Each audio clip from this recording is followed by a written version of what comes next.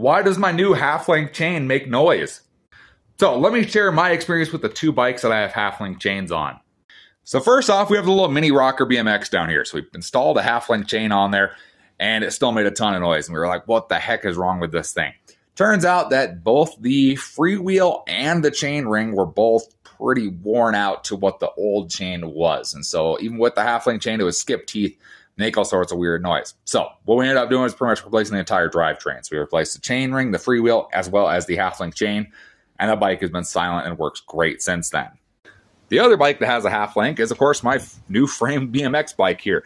And this one, kind of the same thing. Threw a half link chain on there. It was making noise with the full link chain. This one, I just kind of jumped right to it about the half link chain, new freewheel, and a new chain ring on there, and installed it all together. And since then, this bike has been silent. Before that, it would make tons of popping noises and wouldn't sound good. Definitely was not very confidence inspiring. So in my experience, sometimes when you replace the half-link chain, you can get away with it. Other times, everything else is worn out to that old chain. That old chain was ridden too long, and it wore out everything else, stretched everything to essentially what that old chain was. So you put a new chain on, and things are not going to work. So that's kind of my rule of thumb on these, is I like to just replace everything.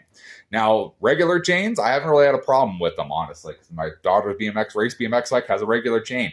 I have not really changed. I've changed multiple things out on there, and it hasn't had a problem with that bike. But half-link chains, I've definitely seen that happen a bit. So my recommendation is you can try to replace just the half-link chain or just a chain with a half-link. Just be aware you might be replacing that full drivetrain, so your chain ring and your freewheel as well.